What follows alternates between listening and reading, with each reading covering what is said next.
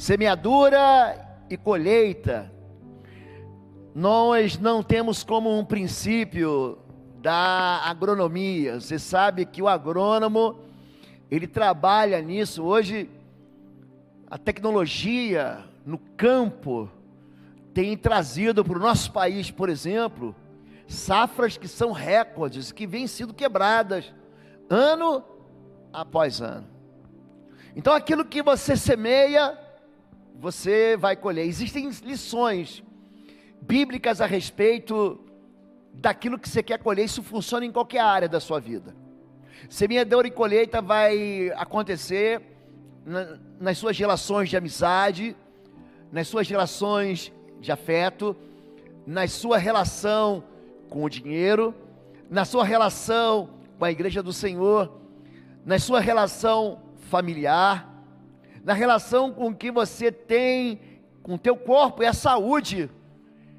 A semeadura e a colheita, dependendo da maneira como você semeia ou cuida do seu corpo, você vai colher. Então, aqueles que desprezam ou aqueles que ignoram que o corpo precisa de manutenção, precisa de cuidado, e não semeiam cuidado, mais tarde vão colher o que, gente? Vão colher enfermidades, vão colher doenças. Lições de semeadura e colheita estão na nossa vida pessoal e em tudo aquilo que a gente toca, por onde a gente anda. Se você vê algo que cresceu demais, você vai ver que ali houve muito cuidado, houve uma generosa e abundante semeadura para que houvesse uma grande colheita. E é sobre isso que nós vamos falar dentro do tema fidelidade, que é o tema que temos tratado desde o início do mês de junho. A lei da semeadura e da colheita. Edificou Noé um altar ao Senhor. Ele construiu um altar e ofereceu holocausto sobre o altar, e o Senhor sentiu o suave cheiro, e o Senhor disse em seu coração: não tornarei mais a amaldiçoar a terra por causa do homem, porque a imaginação do coração do homem é má desde a sua meninice, nem tornarei mais a ferir todo o vivente, como fiz, enquanto a terra durar, sementeira e colheita, frio e calor, e verão e inverno, dia e noite, não cessarão. Gênesis 8, 21 a 22. Noé, ele experimenta de novo vida quando acaba aqueles meses em que a arca que ele construiu ficou sobre as águas. Noé constrói uma arca. Deus ali então manda ele separar daqueles animais, dos casais de animais, e chove por 40 dias, mas também a Bíblia diz que águas vieram das profundezas, das fontes, encheram a terra. Só que essas águas demoram 10 meses. A arca, ela vai parar, ela vai atracar, ela vai chegar num lugar chamado Monte Ararat. E ali no Monte Ararat, a primeira coisa que Noé faz é um altar. Antes de qualquer coisa, ele constrói um altar, e nesse altar ele oferece um holocausto. O Antigo Testamento, somente no livro do Levítico, apresenta 5 tipos de oferta no altar, e uma delas é essa, o holocausto. Essa palavra em hebraico, oleb, significa um cheiro que sobe, algo que chega no céu, e é assim que funciona a oferta. A oferta, ela visa entregar a Deus algo que é caro. Você imagina que toda a vida humana e toda a vida animal, ela foi ceifada da terra. Por quê? Porque o coração do homem é inclinado para o mal.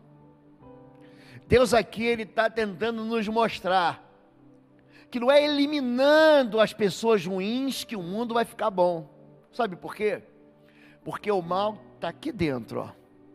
Jesus ainda diz que existe uma maneira de denunciar o mal que está em nós. Como? Falando.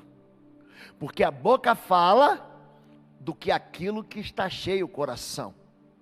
Jesus, ele é interpelado pelos fariseus, que perguntam: Senhor, por que que os teus discípulos não comem e não lavam as mãos antes de comer? E ali a questão não era sanitária, ali a questão havia e ainda há um envolvimento espiritual. O judeu, ele tem essa prática de lavar as mãos em qualquer momento. Então você vai encontrar em todo Israel, em qualquer banheiro que você vai, em qualquer pia que você tem de purificação, uma canequinha, eu posso chamar assim, com 2, às vezes 3 alças, em que ele lava as mãos 7 vezes. O judeu entende que a purificação vem de fora para dentro, então ele come os alimentos espirituais, ele come os alimentos, que ele acha que são espirituais e vão purificar. Então eles comem o trigo, eles comem da cevada, o figo, desses frutos, fruto da vide, da oliva. Então ele separa, por exemplo, na Páscoa, e viajar para Israel na Páscoa é um problema. Eles colocam tudo para fora. Você vai passando nas casas e eles colocam tudo, porque eles tiram o mofo e tiram tudo aquilo que é fermento de casa durante aquela semana, que na verdade não é mais do que uma semana, dá 8 dias, tem a festa dos pães sem fermento, e depois vem mais 7 dias emendando, é a chamada festa da Páscoa.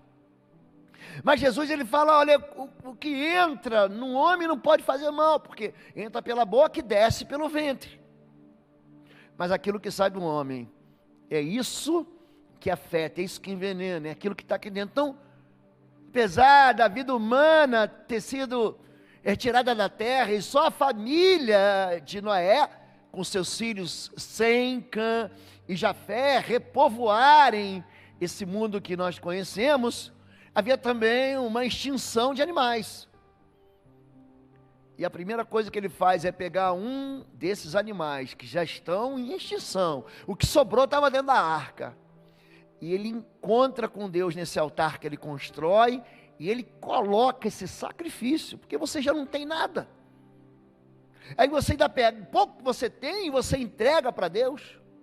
E essa é justamente a noção que existe quando nós falamos sobre altar de ofertas. Aqui Noé, ele vai ter um encontro, e Deus, ele, quando recebe essa oferta, ele faz uma promessa: eu nunca mais, ele diz: eu nunca mais vou fazer isso. Não vai resolver.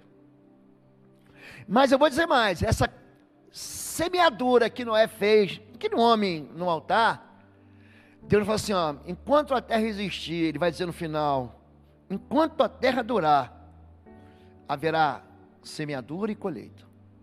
Você semeou, você vai colher. Haverá frio e calor. Nós entramos agora, essa semana, no inverno. Essa semana. Então nós vamos colher o quê? Quem mora aqui em Curitiba, estamos a 1000 metros de altitude, no sul do país, o que nós vamos colher? Temperaturas baixas. É bom morar em Curitiba? É. Mas ninguém vai escapar desse frio. O nosso calor nem está lá com essas coisas, mas o nosso frio é de doer os ossos. E se enquanto a terra durar, não adianta falar assim: ah, pastor, esse ano está mais quente, esse ano está mais frio. Querido, preste atenção: inverno e verão sempre vão existir, seja em Curitiba, seja no deserto do Saara. Apesar de que o deserto, o inverno, ele funciona à noite, porque de dia é muito quente, mas de noite você morre de frio. O altar é um lugar de atenção de Deus.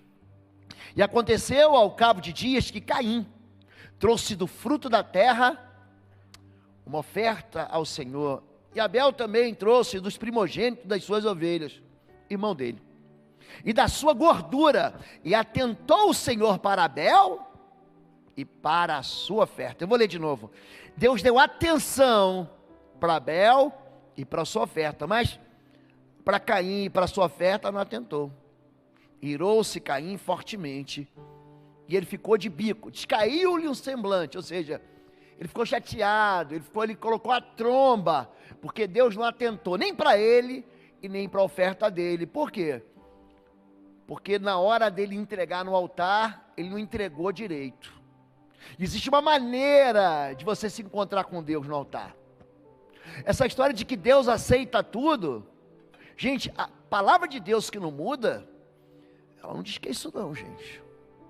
Deus recebe, por exemplo, orações de uma só maneira. Qual é a maneira que Deus recebe orações? No nome de Jesus. Ninguém mais vai entregar uma oração a Deus cujo caminho não seja Jesus Cristo, porque Ele é o caminho, a verdade e a vida. Pastor, mas Deus ouve orações, Deus ouve tudo, gente. Os olhos de Deus estão por passear por toda a terra, mas existe uma maneira de você honrar o Pai. Jesus diz: aquele que não honra o Filho, não honra o Pai que o enviou. É dessa maneira que você se encontra com Deus. Abel pega a primeira parte, pega as primícias do seu rebanho. Abel coloca Deus em primeiro lugar. É isso que a palavra primícia vai conectar. Na primeira coisa no nosso coração é o quê? Ele colocou Deus em primeiro lugar. E naquele tempo ele era pastor. Eu vou falar algo para você que talvez choque você. Naquele tempo, os homens não comiam churrasco, não comiam carne. Sabiam disso? Comiam não, gente. O homem só começa a comer carne no capítulo 9 do livro do Gênesis. E a história de Caim e Abel está no capítulo 4 do livro do Gênesis. Ele pastoreava aquelas ovelhas, e ele pega essas ovelhas, e tem uma ovelha que nasceu, e ele pega a primeira ovelha. Ele não sabe se aquela ovelha vai dar mais um filhote, 2 filhotes, e mais crias, mas ele pega a primeira cria, ele fala assim: não, Deus em primeiro lugar. E ele oferece para Deus essa gordura queimada, ele queima a sua oferta no altar. O que Caim faz? Caim entrega o que sobra. Não, hoje não deu para colocar Deus em primeiro lugar, porque primeiro eu e depois Deus. A diferença entre um e outro, a gente vê muita gente elucubrando, e assim pessoas dizem: não, pastor, foi porque um entregou uma oferta de cordeiro, que apontava para Jesus, que era o cordeiro, e outro entregou, mas não foi isso. Se você ler Hebreus capítulo 11, verso 3 e verso 4, a Bíblia diz que Abel ofereceu mais excelente sacrifício. A questão ali, gente, estava em você colocar, ou o homem colocar o coração. Então o altar é um lugar de atenção. Deus dá atenção. Quando você sai do seu lugar, quando você oferece uma oferta que seja, semana passada nós celebramos que nós recebemos 1.200 cobertores para entregar para aqueles que estão passando frio na nossa cidade, ou quando você traz uma oferta de alimentos em cesta básica, quando você traz um recurso e coloca, Deus ele está atento para isso. Em Marcos capítulo 12, a gente já vai ver esse texto, Jesus está prestando atenção, e está sentado na frente essa caixa onde as pessoas colocam a oferta, chama-se gasofilácio, é esse nome feio que deram para essa caixa onde você coloca a oferta, e a Bíblia diz que Jesus estava sentado ali olhando e percebendo. Então o altar, ele sempre está ligado a uma oferta e a um trono. Então quando diz assim: eu estou indo para o altar, significa que você está chegando no lugar onde Deus está dando a maior atenção. Deus está percebendo, Deus não está virando os olhos assim: não, eu não estou olhando, eu estou colocando 2 moedas, eu estou colocando $1 bilhão. Existe algo aqui que Deus percebe, nesse encontro no altar. O altar é um lugar que Deus vê, e olhando ele, Lucas 21, também Marcos 12 é o mesmo texto, viu os ricos lançarem suas ofertas, as suas ofertas na arca do tesouro, aqui tem outro nome, e viu também uma pobre viúva lançar ali 2 pequenas moedas, e disse: em verdade vos digo, que lançou mais do que todos esta pobre viúva, porque todos aqueles deitaram para as ofertas de Deus o que lhe sobrava, mas essa da sua pobreza deitou todo o sustento que tinha. O que ele está dizendo é o seguinte, que Deus ele percebe de uma maneira que a gente não percebe. Então tem gente, eu fico imaginando hoje, por exemplo, eu vou comparar aqui, essa mulher de Lucas 21, essa viúva pobre, e aqui, essa palavra pobre, quer mostrar para a gente, que ela era alguém mesmo, que não tinha recursos. Em Marcos 10, tem um homem que tem recursos, é conhecido como jovem rico. Esse jovem rico, ele chega diante de Jesus, ele tem grana, gente. Ele anda de Ferrari. Eu vou tentar situar você. Ele veste terno inglês, sapato italiano. Ele não compra aqui no shopping de Curitiba. Ele pega o seu jato, ele pega o seu avião particular e vai para a Europa. Ele manda caçar um jacaré para fazer um cinto, para fazer uma mala. Ele é um homem que tem muito recurso. Ele pergunta para Jesus, de uma maneira como alguém que o adora: o que eu devo fazer de bom para herdar a vida eterna? Diz quanto custa aí, quanto que eu tenho que botar nesse cheque, quanto que eu tenho que dizer aqui, eu tenho dinheiro, eu pago. Quanto? O que eu devo fazer de bom para herdar a vida eterna? Aí Jesus, ele explode assim, ele traz o homem para uma realidade espiritual que ele não percebia. Ele falou: cumpre os mandamentos. E aquele homem diz: mas eu tenho cumprido desde a minha infância. Olha, eu nunca roubei, você já ouviu isso? Eu nunca matei, eu nunca fiz mal para ninguém. Traduzindo para a linguagem de hoje, ele diz: olha, eu sempre honrei meu pai e minha mãe, eu sempre fui honesto nos meus negócios, eu não ganhei esse dinheiro aqui com falcatrua. Aí Jesus diz: então te falta uma coisa aqui, vende tudo que você tem, dá aos pobres, então segue-me. Ele não está dizendo que para a gente herdar o reino de Deus tem que ser pobre, não é nada disso. Isaac ficou riquíssimo, filho de Abraão, que já era riquíssimo, e o filho dele, Jacó, ficou arquimilionário. Davi era bilionário.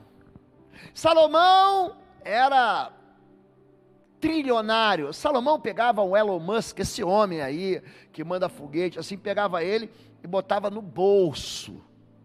Porque na casa de Davi, por exemplo, prato, talher, copo, não tinha prata, era só ouro, para ele e para os empregados dele. Essas pessoas herdaram a vida eterna, como está escrito. Mas a questão aqui não era financeira, era um coração que queria alcançar o céu sem Deus. É gente que constrói a Torre de Babel. Sabe o que é a Torre de Babel? Aquela torre que vai até o céu. É uma tentativa humana de escapar do juízo de Deus. O que é Babel? A religião é uma Babel. Porque a religião é uma tentativa do homem ir sozinho para o céu. Não preciso de Deus não. Ó como é que eu tenho a religião certa, eu tenho a igreja certa. Gente, o homem podia pegar um ônibus espacial para ir para o céu, ele não chega no céu de Deus. Porque para você alcançar a vida eterna, você precisa ser perfeito. É isso que Jesus está dizendo para o jovem rico. Você tem que cumprir os mandamentos. Mas eu tenho uma notícia para te dar: ninguém vai conseguir cumprir os mandamentos. Você está entendendo? Que ninguém vai para o céu sozinho. É impossível. Pedro, jovem rico, vai embora. Triste. Eu, hein? Dar meus bens para o pobre? Eu nada. Eu trabalhei, foi muito. Ele vai embora. Aí Pedro chega perto de Jesus, cutuca Jesus e fala: Senhor, mas então quem poderá salvar-se? Porque Jesus diz, quando ele vai embora: é mais fácil o rico passar no buraco do bagulho, mais fácil um cabelo, o rico também, passar num buraco de uma agulha, do que um rico ou um homem que confia nas suas riquezas. Eu confio no que eu faço, Eu sou bom de pregar. Eu sou bom de tocar louvores. Eu sou bom em fazer bem aos pobres. Olha, ninguém é melhor do que eu quando o assunto é tratar da família. Eu sou bom demais, eu sou bonito demais. Eu sou especial demais, olha para mim. Isso não vai levar você para o céu. Eu queria que fosse assim. Quem vai para o céu? Quem já escreveu o livro? Pronto, escrevi 9. Vou para o céu. Quem vai para o céu? Quem vai para o céu é quem já pregou mais de 100 sermões. Pronto, eu vou para o céu. Quem vai para o céu? Quem vai para o céu é quem tem magia de igreja. Pronto, eu vou para o céu. Mas não é isso. Isso é uma mentira. Jesus, quando ele diz é mais fácil um camelo passar num buraco de uma agulha, é uma discussão tola, se era uma entradinha debaixo da ponte, ou se era uma... Isso é uma bobagem. Isso é absolutamente inexpressivo dentro desse contexto. Pedro fala assim, Pedro pergunta, Senhor, então quem pode salvar-se? Jesus diz, isso é impossível aos homens.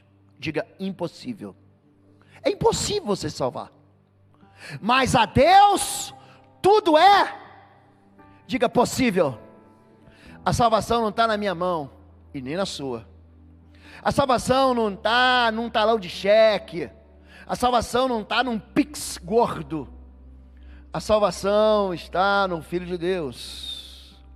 Em Romanos capítulo 3, verso 20. Gente, esse texto é extraordinário, porque esse texto tirou a agonia do apóstolo Paulo, quando ele está escrevendo a carta aos Romanos. Ele vai se encontrar com Deus. O livro de Romanos é chamado também pelos teólogos do Evangelho do Cristo ressurreto. Mateus, Marcos, Lucas e João contam a história de Jesus antes dele morrer e ser crucificado. Depois ele sobe ao céu. Romanos não. Romanos explica o Evangelho depois que Jesus já veio, que ele já morreu, que ele ressuscitou. Ele então abre os olhos daquele povo que está na igreja em Roma, uma igreja formada por intelectuais, para dizer, Romanos 3,20, fala duas coisas. Diz que pela lei, ou pelo cumprimento da obra da lei, pelo cumprimento dos mandamentos, ninguém será salvo, ninguém. Por quê? Porque a lei mostra que nós somos pecadores. Então nós somos seres que fomos contaminados pelo pecado, eu e você. Todos nós somos iguaizinhos. Todos nós fomos atingidos, envenenados pelo pecado. Então nós estamos defeituosos, não porque Deus nos fez defeituosos, mas porque ali no Éden, o homem ficou defeituoso, quando ele fez um acordo que ele não podia ter feito com a serpente. Ali no Éden, o pecado entrou na minha vida, o pecado entrou na sua vida, entrou na vida de qualquer ser humano. Então o pecado impede, como eu sou imperfeito, de cumprir uma lei que é absolutamente perfeita. É só isso. E aí, pastor, o que eu faço para ir para o céu? Creia no Senhor Jesus. Posso ouvir um amém, igreja? E será salvo tu e a tua casa. O único Salvador, o único que recebe glória e honra, é Jesus de Nazaré, o Filho de Deus. E aqui eu quero voltar a combinar a história da viúva pobre com o homem rico. Jesus, ele vê um homem pobre, um homem rico indo embora, ele engata a sua primeira, ou será que deve ser automático, ele apertou o acelerador e foi embora com a Ferrari, com o dinheiro dele, com a conta dele no banco. Mas aquela viúva pobre, eu fico imaginando hoje, um pastor, não, o que eu devo fazer para herdar a vida eterna? Não, vem cá, que a gente vai conversar, eu tenho um negócio para construir, eu tenho um sonho. Isso não encanta Jesus. Agora, o que encanta Jesus é uma mulher pobre. É uma mulher que todo mundo olha e fala o seguinte, mas o que ela tem de mais? O que ela tem de mais é porque tudo dela é do Senhor. Deus, ele vê, e ele olha para duas moedas, mas não se importa com uma conta recheada. Você está entendendo que isso não... Deus não consegue ser comprado? Você que entende isso agora? Você não consegue barganhar com Deus. O altar não é um lugar de barganha, de troca. É um lugar de adoração. Ele vê ricos, é isso que o texto diz. Ele viu os ricos lançar, ele vê, Deus vê. Mas ele fala assim, normal, $1 milhão, normal, $500 mil, normal, 350 mil euros, normal. E aí de repente vem alguém com 14 barras de ouro, normal. E vem alguém com as mãos cheias de diamante, ele fala, normal. Mas aí vem uma pobre viúva. Naquele tempo não tinha INSS, naquele tempo não tinha seguro-desemprego, não tinha Bolsa Família. E ela vem e coloca 2 moedas, Deus fala, meu Deus! Deus falou, meu Deus!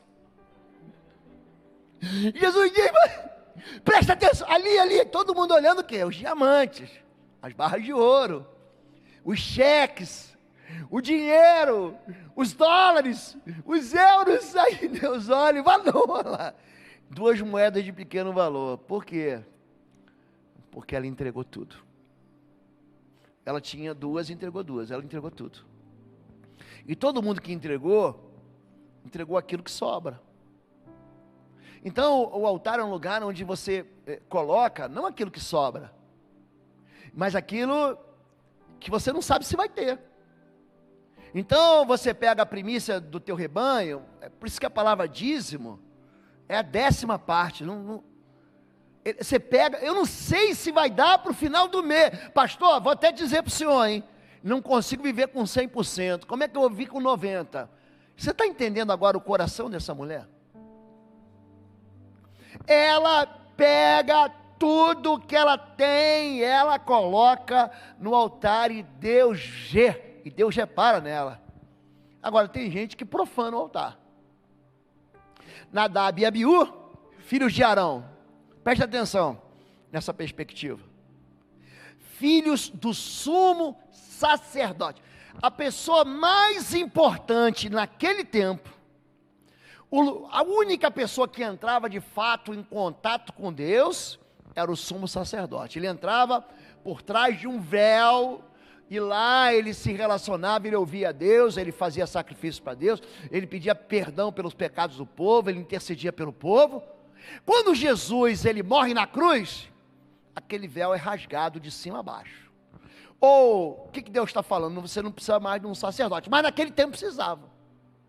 E os filhos da pessoa mais importante, do relacionamento daquela igreja, daquele povo com Deus, era um sumo sacerdote que tinha 2 filhos, Nadab e Abiú. Olha a bobagem que eles vão fazer. Pegaram cada um o seu incensário, nos quais acenderam fogo, acrescentaram incenso e trouxeram fogo profano perante o Senhor, sem que tivessem sido autorizados. Então só o fogo da presença do Senhor os consumiu. Morreram perante o Senhor. Sabe o que eles estavam fazendo? Em Levítico capítulo 10, eles estavam trazendo uma oferta. Eles morrem na hora de trazer uma oferta. Isso te lembra o quê? Lembra Ananias e Safira, lá em Atos 5, eles também vêm trazer uma oferta e morrem. Você está entendendo que o altar é um lugar de santidade? Você está conseguindo entender isso? Pastor, mas eu fiquei sabendo aí, que teve gente que roubou da oferta do Senhor. Teve. Gente, horrível coisa é cair nas mãos do Deus vivo. Pessoas inescrupulosas. Aliás, quando Deus fala disso, ele fala assim, ele fala para um outro sacerdote chamado Eli, porque os teus filhos roubaram das minhas ofertas. Gente, eu vou tirar a tua família do altar. Morre Eli, morre Hofni e Finéias, morre a mulher de Eli, sobra a nora que tem um filho que se chama Foi-se a Glória, chama-se Icabode, ou seja, terminou tudo em desgraça. Deus, o altar é algo tão importante, talvez você não entenda isso, o que é esse fogo estranho? O fogo no altar, ele sempre é acendido por Deus, tá bom? Para você entender, quando Moisés termina o trabalho de construir o altar, Deus manda um fogo do céu e queima aquilo, bota fogo. Por isso que ele diz, o fogo arderá continuamente no altar e não se apagará. É aquela chama. Você já viu as Olimpíadas? Não tem a chama que fica lá na Grécia? Eles pegam aquele fogo e vão passando a chama de mão em mão, cada um corre 1 quilômetro levando uma tocha olímpica, já viram isso? Aí quando chega no dia de começar os Jogos Olímpicos, alguém vai pegar aquela chama olímpica e coloca na pira olímpica, pega fogo, pronto. Esse é o símbolo. Só que no altar de Deus, quem coloca fogo é Deus. Elias, no capítulo 18, ele ora a Deus e Deus manda fogo do céu. Foi isso que João pediu para Jesus quando eles vão entrar em Samaria e os samaritanos não quiseram receber. Era uma região que para ir da Galileia para a Judéia eles tinham que cortar caminho. Era para cortar o caminho. Aí João fala: Senhor, vamos orar para que Deus mande fogo do céu e queime esse povo. Não é nada disso. O fogo não vem para queimar e para destruir. O fogo vem para incendiar o coração do ser humano. Foi isso que aconteceu em Atos capítulo 2. Eles ficam 50 dias orando, é o Pentecostes. O Pentecostes é a festa da colheita. A festa da colheita acontece 50 dias, por isso o nome é Penta. 50 dias após o quê? A festa da Páscoa, a festa do pão asmo. E eles estão ali o quê? Jesus, ele morre na Páscoa. Então eles ficam 50 dias orando. E nesse 50º dia, o dia do Pentecostes, era uma festa em Israel, o fogo do Espírito Santo vem, e foram vistos como línguas de fogo. Oi gente, um rápido intervalo. Você que ainda não é membro, seja membro do canal para nos abençoar. Dá um like, compartilha. E se você quer crescer em libertação e batalha espiritual, vai lá na nossa loja www.institutoexodo.com. Os nossos livros estão lá que vão fazer você crescer nessa área e se tornar um valente na batalha. Deus te abençoe. Não foi algo, porque eu estou vendo, foram vistos mesmo. Ou seja, o fogo, ele vem de Deus, ele não vem da religião. É gente que simula que fala em línguas. É gente que simula, não porque Deus falou comigo, porque Deus me deu uma palavra profética. Isso chama-se fogo estranho. É gente que não está experimentando nada e diz que está arrepiado. Então aqui esses homens comparecem diante de Deus, Nadab e Abiú, filhos do sumo sacerdote, querendo entregar a Deus e querendo enganar todo mundo. Só que não dá para enganar Deus, querido. Deus, ele percebe quando você chega no altar. E Jesus, ele vai falar em Mateus 23, ai de vós, guias cegos, condutores cegos, pois que dizeis, qualquer que jurar pelo templo, isso é nada, mas o que jurar pelo ouro do templo, esse é devedor. Jesus, ele está dizendo o seguinte, os fariseus diziam assim, não, o templo não vale nada. O que vale é o valor monetário que está lá na tesouraria, lá no tesouro. E ele aqui vai mudar o pensamento do povo. Ele continua assim, pois qual é o maior? O ouro ou o templo que santifica o ouro? E aquele que jurar pelo altar, isso nada é. Mas aquele que jurar pela oferta que está sobre o altar, esse é devedor. Insensatos e cegos. Pois qual é o maior? A oferta ou o altar que, repita assim, santifica a oferta. Diga, o altar santifica a oferta. A oferta no teu bolso não é nada. O dinheiro no teu bolso não é nada. A roupa que está dentro do teu armário, esquecida, há 5 anos, você não vou dar porque, você sabe, vou emagrecer. Aí passa 1 ano, passa 2 anos, passa 3 anos, vou repetir, passam 4 invernos, e está lá a roupa dentro do teu armário, que você retém. É disso que ele está falando. Ele está dizendo que aquilo que você traz para o altar é santificado. Por que que os pais da Larissa trouxeram a Larissa para o altar? Por quê? Porque santificar é criar uma relação única de relacionamento. Quando a Bíblia diz que nós somos santos ao Senhor, essa expressão foi misturada com uma mentira, inclusive dentro do próprio cristianismo. Não, que acha que o santo é alguém perfeito. Em primeiro lugar, não tem ninguém perfeito. Não, mas Pedro negou Jesus 3 vezes, Pedro afundou por falta de fé na água, gente, Pedro deu um monte de mancada, gente, ser humano, porque todos pecaram. A palavra santo não significa perfeição, significa pertencimento, separação, é isso que significa santo. Eu tenho um relacionamento, 1 João capítulo 4, verso 4, diz que nós somos santuário do Senhor. O que significa isso? Que dentro de nós só tem um Deus, não mistura nada aqui dentro. O santuário das águas vivas, o santuário das tartarugas do Projeto Tamar, significa que ali não entra gente, só entra tartaruga. Você está entendendo o que é um santuário? É um lugar exclusivo. Ser santo significa que você é exclusivamente de Deus, e quando você traz algo ao altar, aquilo pertence só a Deus. O que os pais da Larissa fizeram agora? Trouxeram a Larissa para dizer: Deus, ela é tua, faz o que o Senhor quiser na vida dela. Foi isso que os pais dela fizeram. Vocês compreenderam agora o que é santificar a oferta? É você colocar uma parte no altar, para que tudo aquilo que ficou na tua conta, no teu bolso, nas tuas mãos, seja santificado. É isso que ele está falando para os fariseus, é isso que ele está explicando para aqueles guias cegos, e ele continua, gente, Deus, ele se importa tanto com a semente, como com o semeador, ou seja, ele se importa tanto com você, como a tua oferta. Diz assim, em Mateus 5,23, portanto, se trouxeres a tua oferta ao altar, e aí te lembrares de que teu irmão tem alguma coisa contra ti, deixa ali diante do altar a tua oferta, e vai reconciliar-te primeiro com teu irmão, e depois vem e apresenta a tua oferta. Eu expliquei de manhã e vou explicar de novo. Você é obrigado a amar todo mundo, obrigação, tem que amar, mas você não é obrigado a conviver com todo mundo, não.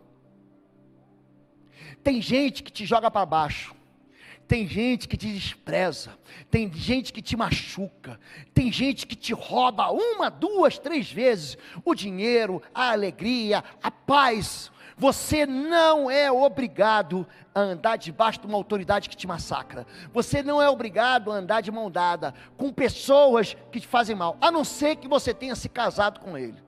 Você casou com ele? Agora aguenta firme, minha irmã e meu irmão. Segura firme.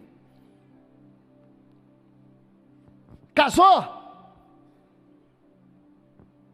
Pega o barco, pega a nau, toma os remos na mão e navega com fé em Jesus. É isso.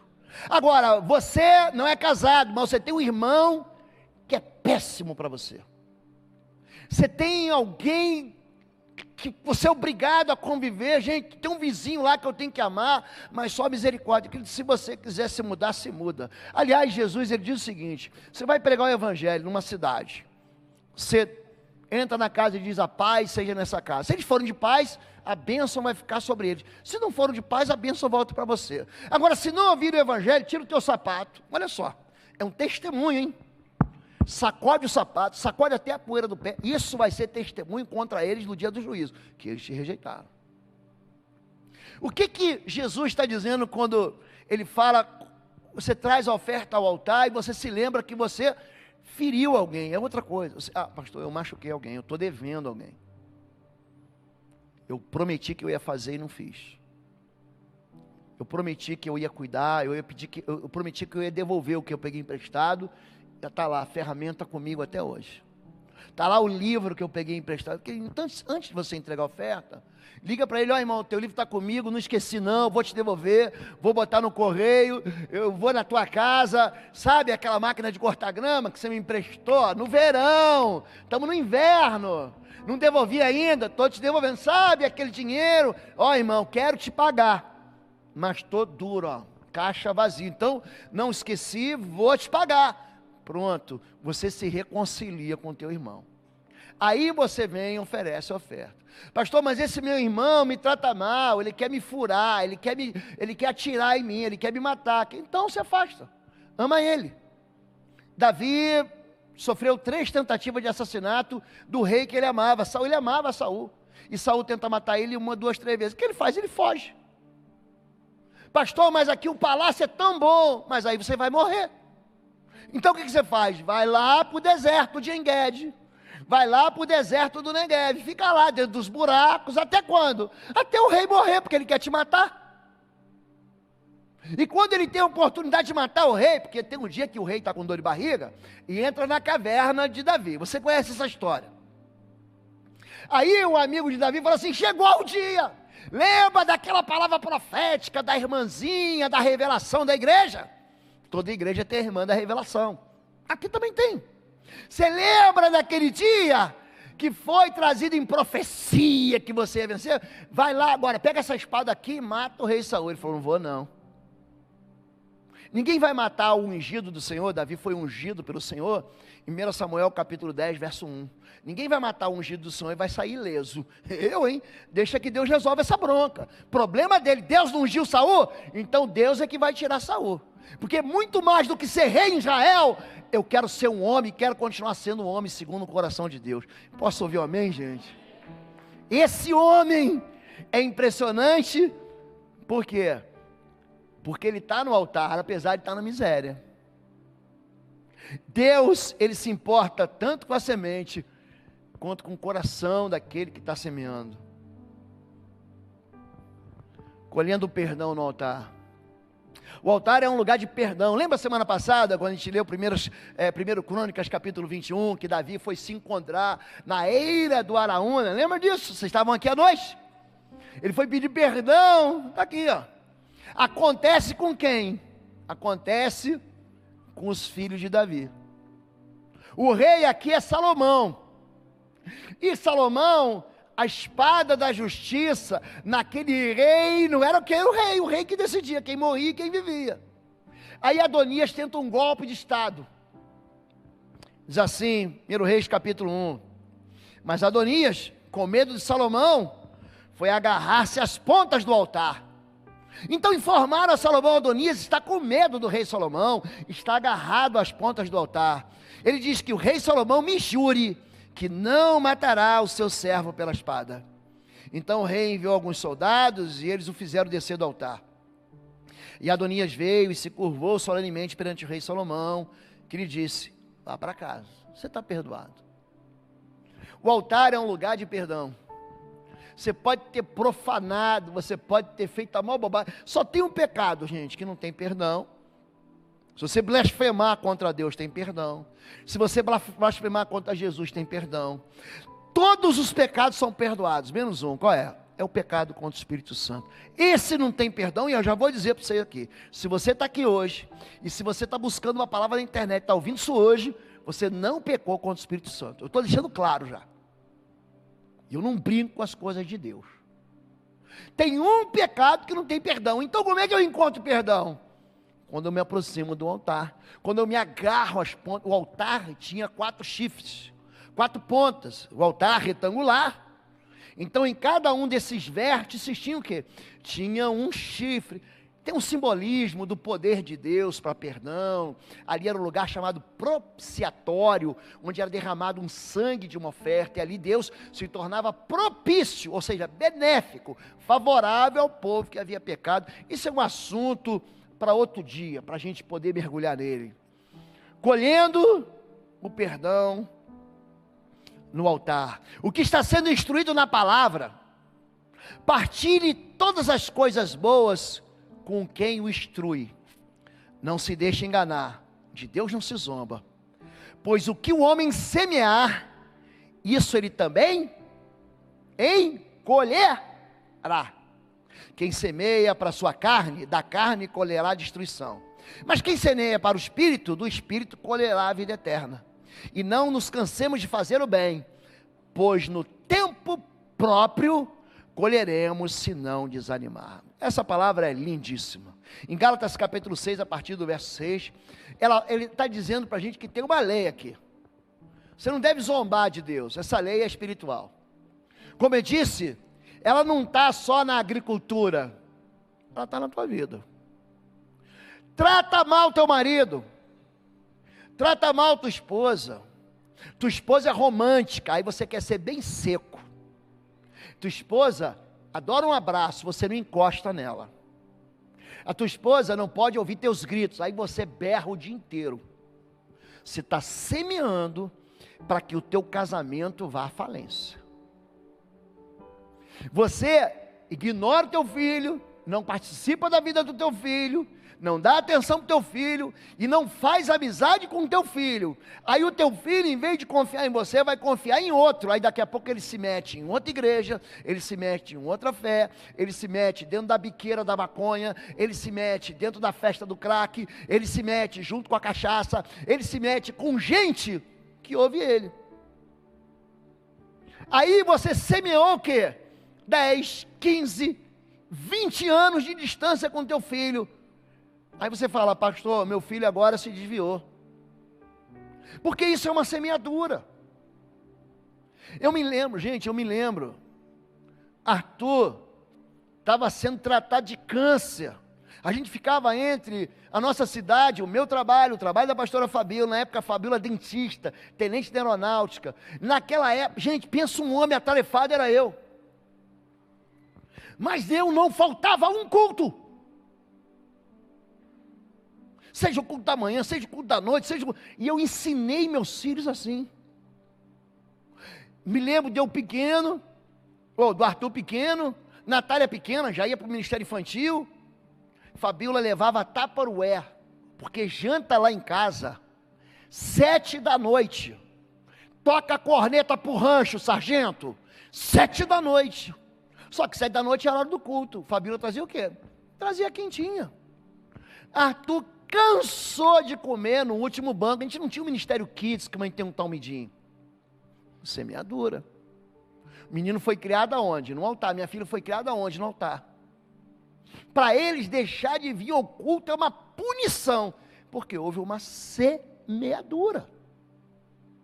Pastor, já passou o tempo, então começa a semear agora, porque de Deus não se zomba. A igreja tem um curso de finanças que a gente fala assim, se prepara para você ficar velho. Começa a investir agora. Começa a abrir fontes novas agora. Começa a diversificar agora.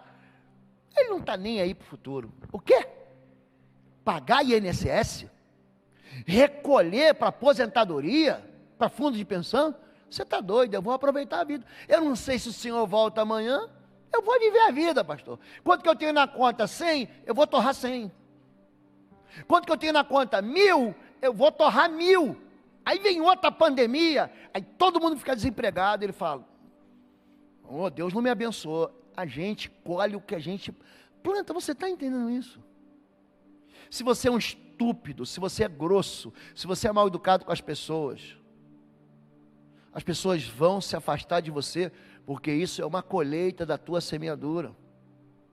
Você é desonesto com 1, com 2, com 3 e com 4. Qual vai ser tua fama? Olha lá, o trapaceiro. Essa foi a fama de quem? De Jacó. Ele semeou. Gente, a semeadura dá trabalho. Hoje pela manhã eu estava conversando sobre algumas pessoas que servem no altar aqui. Por exemplo, temos a Bruna. Eu sei que a mulher sabe, já teve filho. Ela está com 38 semanas. Não é tua barriga de churrasco não, meu irmão, com Coca-Cola. Tem uma vida ali dentro. O culto para a gente pela manhã começa às 10. Sabe que horas que ela começou a ensaiar? A semana toda, não foi hoje às 8 da manhã que ela chegou não, querido. Ela ensaiou uma vez. Ai, pastor, que louvor aleluiado dessa igreja. Isso chama-se semeadura. Ela conversa com o pastor de louvor, pastor Samuel, ele dá a direção, esse mês é o mês da fidelidade. Gente, isso é uma semeadura. Alguém lembra do louvor dessa igreja aqui, há uns anos atrás, como é que é? Parecia que estava indo num culto fúnebre. Quem morreu, pastor? Era ir a um velório. Para que a gente chegue aonde a gente chega, na alegria, tem uma semeadura. Você vem para o culto, mas o time da intercessão já está aqui, orando só para quê? Para que não saia o arranca-rabo na tua casa, você sabe. Na hora de ir para o culto, é a hora que está terminando o jogo. E o pior é quando é final. Eu não gosto desse negócio de final, de Atletiba, o Paraná, tadinho, vai demorar um pouquinho. Um pouquinho. Mas aí o teu time, seja o Corinthians, seja o Palmeiras, isso é meninos, normalmente meninos. Tem as suas exceções à regra. Não, foi para prorrogação. Foi para pênalti, na prorrogação não resolveram. Foi para pênalti, aí começa a confusão, porque a mulher não quer se atrasar, o homem quer ver o gol, enfim. Aí a intercessão já está aqui, ó, orando para o teu time perder, para o teu time ganhar, para resolver logo, para você estar aqui no culto, para não ter confusão. Orando para o teu filho que combinou de chegar para o culto, que ele foi na casa do amigo fazer o exercício, foi brincar, foi jogar videogame, ele chegar na hora, para você não sair atrasado, para já não virem brigando no carro, quebrando o pau, xingando um ou outro. A intercessão já está aqui, ó, semeando na tua vida. Ah, pastor, que bonito. Bonito? Trabalho, semeadura, esforço. E tudo isso que você semeia, querido, é isso que Deus está falando. Você vai colher. Eu vou encerrar. Eu tinha muito mais para ensinar para a igreja, mas era isso que Deus queria entregar para você. Vamos ficar em pé em nome de Jesus e vamos lá. Existem leis, querido, de semeadura e colheita em qualquer área. Existem leis de saúde emocional. Existem leis de saúde do teu corpo. Hoje, eu estou num propósito, num voto com o Senhor.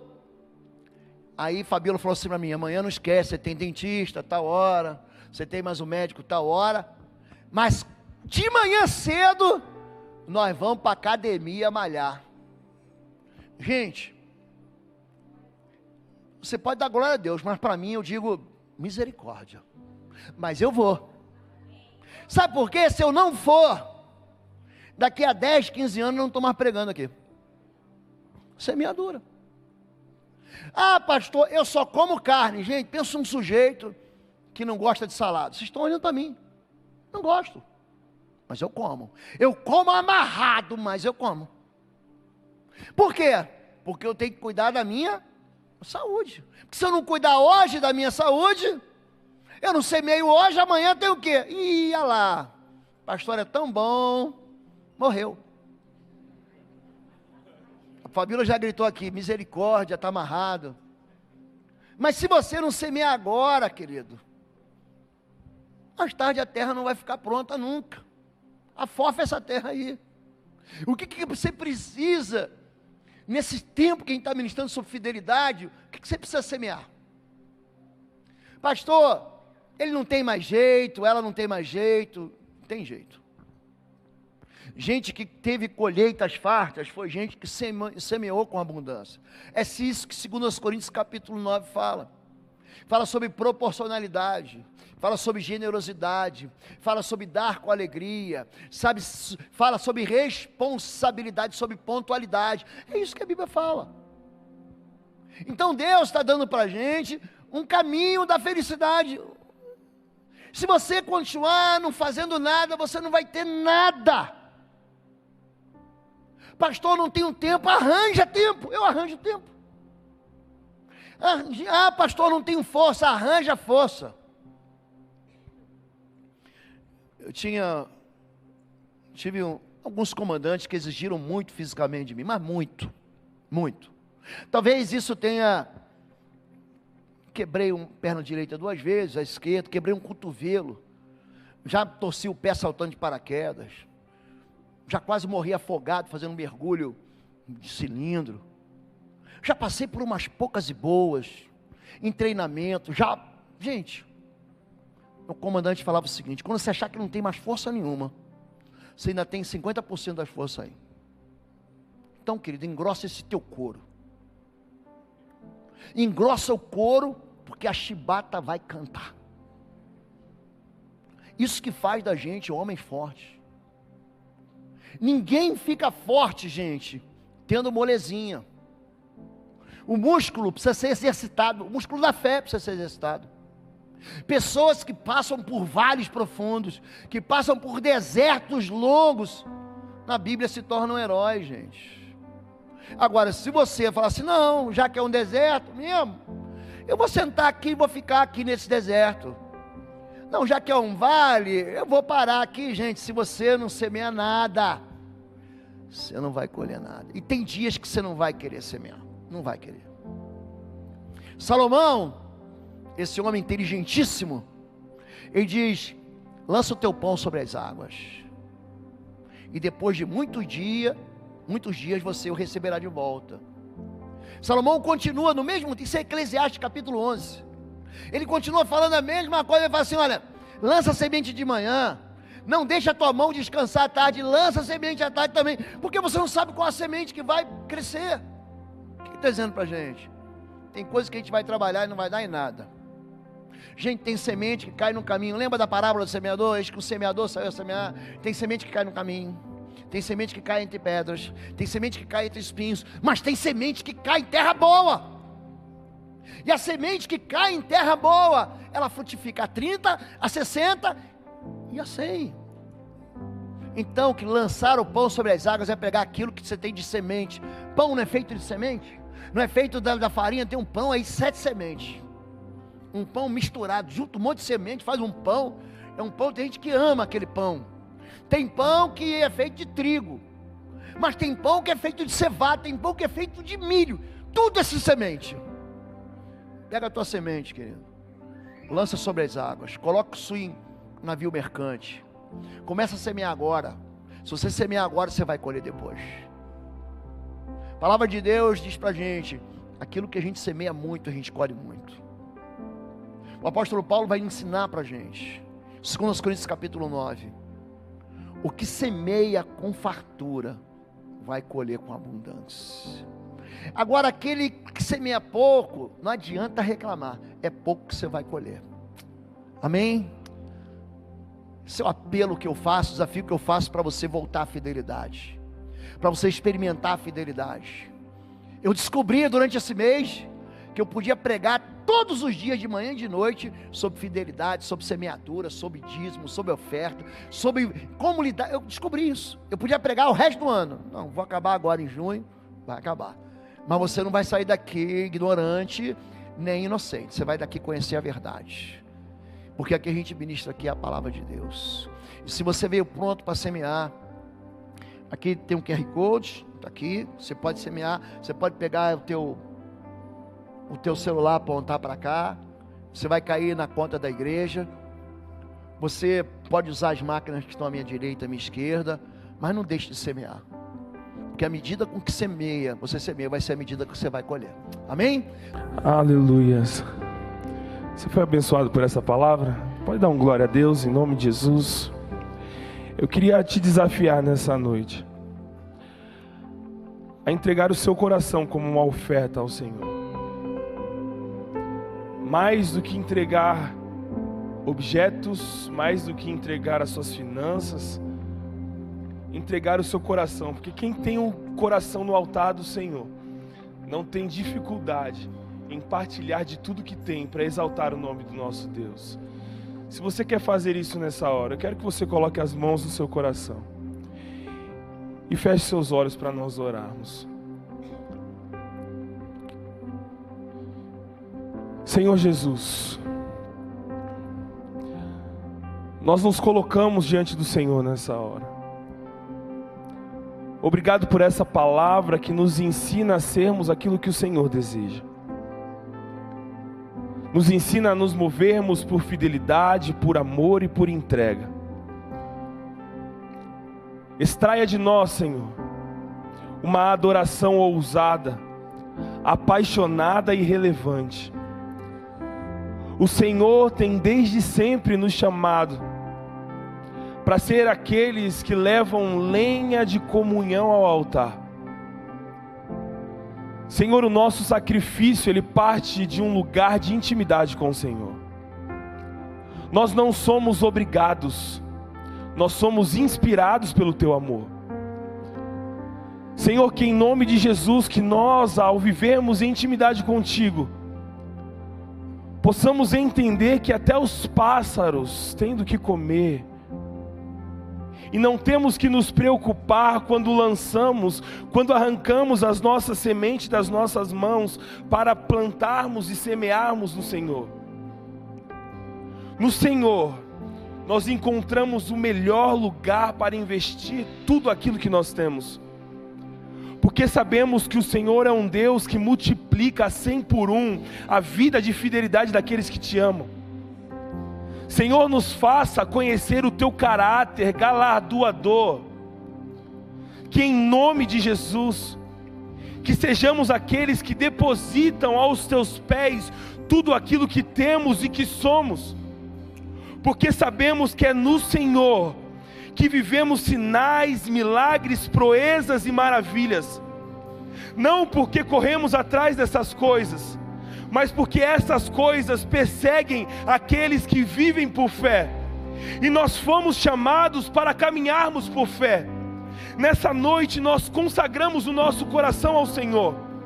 Muitas vezes precisaremos não entender, mas temos uma fé que excede todo entendimento, porque nós não viveremos por aquilo que vemos, nós viveremos por aquilo que cremos. E por isso lançamos os nossos corações aos teus pés, lançamos a nossa história nas suas mãos e declaramos: Pai, faz se necessário algo novo, multiplica o que precisa ser multiplicado, nos dá uma nova estação frutífera, em nome de Jesus, Senhor. Nos leva num lugar de excelência no Senhor, porque nós cremos que o nosso futuro será glorioso nas tuas mãos. Nós louvamos ao Senhor, consagramos os nossos bens nessa noite ao Senhor. Que essas ofertas, esses dízimos que foram entregues ao altar, que sejam sementes para que o teu reino venha a expandir, para que o teu santo nome seja conhecido em toda a terra, e para que todos possam saber que existe Deus em Israel e também na nossa história. Assim nós louvamos, te adoramos e desde já te agradecemos em nome de Jesus. Quem concorda comigo, aplaude o nome do Senhor e dá um glória a Deus com muita alegria, em nome de Jesus. Aleluia. Levante suas mãos em nome de Jesus, que eu quero abençoar você. Que o amor de Deus, o nosso Pai, que a graça do nosso Senhor e Salvador Jesus Cristo, que as consolações do Espírito Santo de Deus estejam sobre a sua vida, te dando ousadia, coragem, intrepidez para vencer mais uma semana na presença de Deus. Assim eu oro, em nome de Jesus. Amém, amém e amém. Deus te abençoe e tenha uma ótima semana na presença de Deus. Fiquem na paz.